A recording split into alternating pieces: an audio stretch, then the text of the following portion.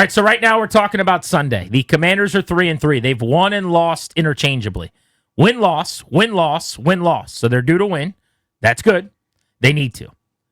We're not going must-win. We don't play that game. But if the Commanders lose to the Cowboys, then finish that sentence. So for me, if the Commanders lose to the Cowboys, I will not expect them to make the playoffs, and I think it gets really hard for them to do so. All of you just stop it with automatic praise and getting irritated when questions are asked. You've lost all your carte blanche. Let's go to Paul in Arlington on the Fan. Paul, if the Commanders lose to the Cowboys, then how do you finish the sentence? They're a bad football team, and they're not going to make the playoffs. I mean, Cowboys are terrible. And the Commanders' schedule so far has not been difficult. They've lost games they shouldn't lose against teams like Chicago and Atlanta. Their defense is old and slow. I don't think this looks like a playoff team to me. Jaden looks less sure than he did last season, less confident. Maybe with Terry coming back, that'll help. But if they lose to Dallas, they're just not a good football team. Can't argue with the last part. I do think there's a little bit of overplaying how bad the Cowboys are within the fan base happening that I'm hearing this week. In this sense, whatever you want to say about their defense, say it. It's that bad. Yeah, that's right. Their offense is that good, though, almost. Nobody gets more yards per game. Nobody moves the ball as consistently as they do. And if you look at it, they tied. They should have beaten the Green Bay Packers, who blew out Washington. Now, that was in Dallas, but home games for them aren't really home games, especially for a game against a team like the Packers, travels like that. But it was a 40-40 game. They scored 40 on that defense, that shredded Washington's offense, remember. And more recently, you have seen them lose to the Jets, beat the Jets rather by 15, but they scored about 40. Lose to the Panthers, I get that. But they almost beat the Eagles. They beat Green Bay. This is a very, very good offense and a very okay team. They're basically same record as Washington with, take the tie out of the equation. And they are only a 1-point underdog in this game right now, according to odds makers. So it's not like you're playing the Jets on Sunday, which is what people are acting like a little bit. And it's a short week. You just played on Monday night. And going on the road on a short week. You're going on the road on a short week, which is the worst thing you could do. Let's go to Andre in Upper Marlboro. What's up, Dre? Hey, what's up, fellas? Hey, I say nothing. Only because our expectations were already set last year. That before the season started, the ownership said they should be sorry. They're probably going to be sorry for 2 to 3 years. I say nothing, and like what I've been saying for 2 years, whether I call into you guys or other shows on this station, it doesn't matter what Jaden does.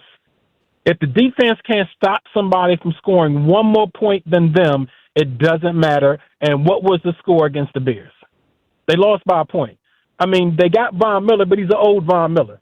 So we're still in the building stage. So, I mean, I'm not worried. I'm just excited that we got a new ownership group, good coaching staff, and we got the quarterback we wanted. I mean, I'm still in a good place. You know what? Appreciate you, dude. There's a lot of people that may feel that way, and that's perfectly okay. Yeah, if you're still in the stars in your eyes honeymoon phase because of how terrible it was, and you remember, I got no problem with that. I'm not even being flippant. I'm not being dismissive of that. And it's not just the ownership, by the way. You have a GM. Yeah. You've never had a GM in my entire life, and Adam Peters, he seems like he's pretty good at it. You have a head coach that people seem to really like around here, and Dan Quinn, who did a really good job in his first year. And you've got the thing that they haven't had for 30 years that every team is seeking, which is the franchise quarterback.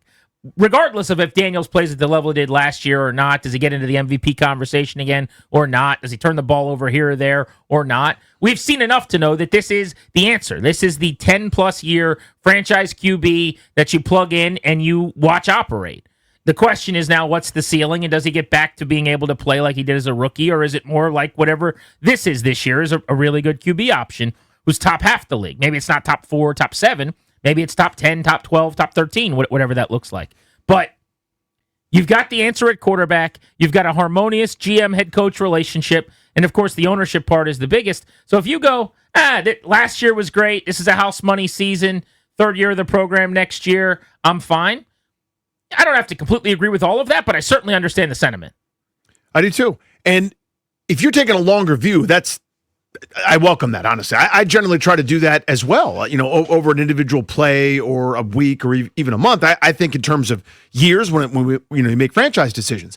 But maybe that's the point, is it's no longer about this year, right? I mean, I don't know if you would have had that, and again, I'm not ripping the caller, but would you have had that same view before week 1 of this season? Where it's you know what, big picture, long term, we're fine. Because I agree with you, by the way. You got some pieces in place. I'll take my chances. You might win some, you might lose some. You get good luck, bad luck, whatever happens. You get good injury health. Maybe you're around in December and January. You got a chance at this thing now. Whereas before, you were trying to run a race with lead underpants on and somebody pushing you in the opposite direction. You had no chance. You had no chance. It was a default. You might run into a winning streak and win a couple of games to sneak in, but you were cannon fodder in the postseason once every 7 years or so. This is not that now. So long term, totally fine. But that's an acknowledgement, though, that this year ain't it. Well, on top of that, the reason I can't quite get down with that thinking is it just gets a lot harder to win consistently after you pay your quarterback. So they are operating right now in this gift of a window before Jaden Daniels gets an extension. This is super valuable real estate. You got to build on it. This real estate is the best bargain you can find in America. It's the cheapest, best land there is, and that is rookie contract, stellar quarterback, 3-year window.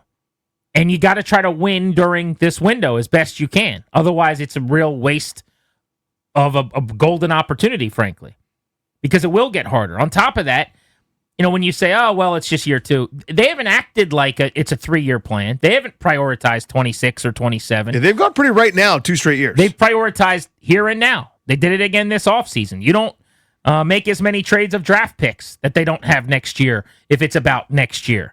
You don't go get Debo on a 1-year deal who you then have to pay big money to this offseason at his age with his injury history, which they'll have to decide if they want to do that. Certainly looks like based on how they use them, they're going to want to.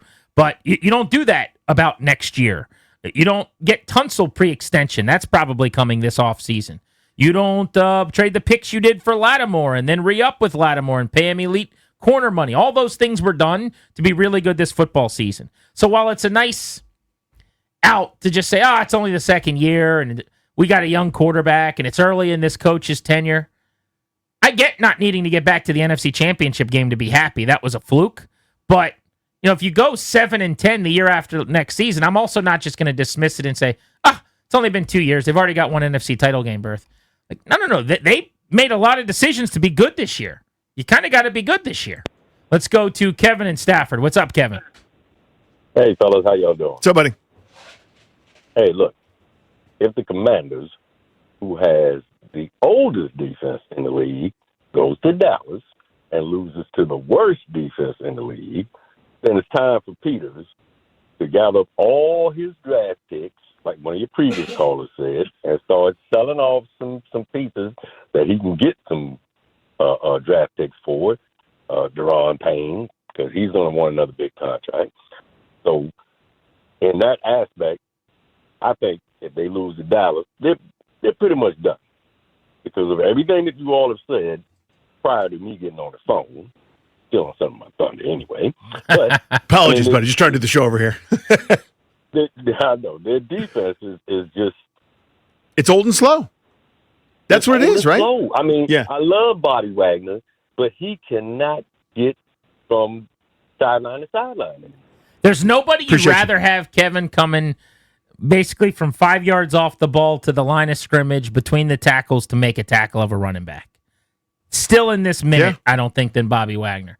But when you start having him run into the flat to cover somebody in space or to make a tackle even in space, I've never seen him miss one. It's just there's plenty of times where he's not going to get there to try to wrap a guy. And we have done this before with late career London Fletcher, who, again, should be a Hall of Famer, a superstar, one of the greatest players that you're ever going to find, a tackling machine. Downhill between the tackles, as good as there is. Knew everything before it happened, flow to the football, arrive violently, all the good stuff that you want out of a linebacker in that setting. You put him in different settings, though, make that face, right? Again, it doesn't take away from London's career. Same way it doesn't take from Bobby Wagner's career. If he stops playing, if he leaves practice today and goes, you know what, I'm hanging up, I'm done, you got to wait the requisite number of years, he's a Hall of Famer. That doesn't change anything. That's the way it is now. Vince, the question is, if the Commanders lose to the Cowboys as narrow favorites in Dallas on Sunday, then what? How does it change how you feel about this season? Vince, are you there? You'll get nothing, and you'll Vince. like it. Nothing, Same Vince. question to you, Jim. If the Commanders lose to the Cowboys, then? Hey, real quick, I love your show. I called in to answer this question, but I might have the best live Dallas-Washington memory. Okay, well, answer the question first, and then we'll do that. Okay.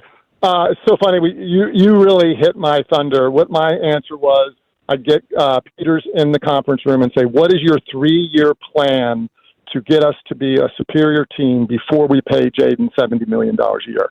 Because the bottom line is you guys are all correct. We are built to win this year for some reason, and we do not have superior draft picks, in my opinion, that are going to perform. We don't have any receivers either, right? I mean, those were misfires from my perspective. So that's my take. I agree with you. But I do have a good thing if you want it. Yeah, go ahead. I was 5 years old. It's New Year's Eve, 1972. I'm 20th row behind the goalpost. This NFC Championship. Billy Kilmer throws a down, out, and up to Charlie Taylor.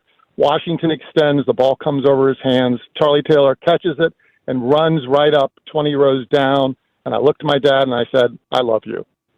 Oh, That that's ain't so bad. cool. That ain't bad. That's pretty good memory. That'll work. I'll take that. Want one of those with my kid for sure. Looking at their draft picks for this year as we talk about, if they lose, it's okay because it's only year 2. They have 2 picks in the first 4 rounds. 2. They pick in the first round at 15. They pick again in the 3rd round, 13th that round. They don't have a 2nd round pick. They don't have a 4th round pick. They've got a mid-5th round pick and then a 6th round pick. But you're talking about a draft where you're going to get maybe, if you're lucky, one really good starter, unless they maneuver the board or find someone awesome in the 3rd round or something. But you're likely getting, if it goes great, like a starter at corner or tight end or wherever they go in the middle of the 1st round, and then someone who helps you a little bit as a depth guy in the 3rd round.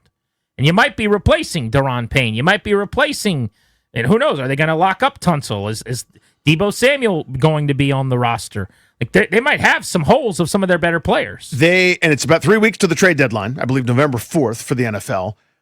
I actually agree with Darius. I'd be way more cutthroat than most NFL GMs are in terms of raising the white flag, where I go, I don't think I've got a Super Bowl team here. Now, maybe their mentality might be once McLaurin is back, if and when Noah Brown is back. Once we have our full complement, then you'll see. Maybe. But if you're 3-5, which you would be at the time of this the trade deadline, who wants Wagner and Ertz and Payne and the rest of the guys? It's also easier in football because you got it one game instead of a series to just go on a run, as we see all the time. And last year, you won 2 road playoff games and got to the NFC Championship game. That's right. And they may feel like you got 5, so you got a shot. That could be their philosophy. We're not selling off because if we just somehow get into the dance, nobody's going to want to play to see us, yeah. this offense that can score 30 and Jaden Daniels.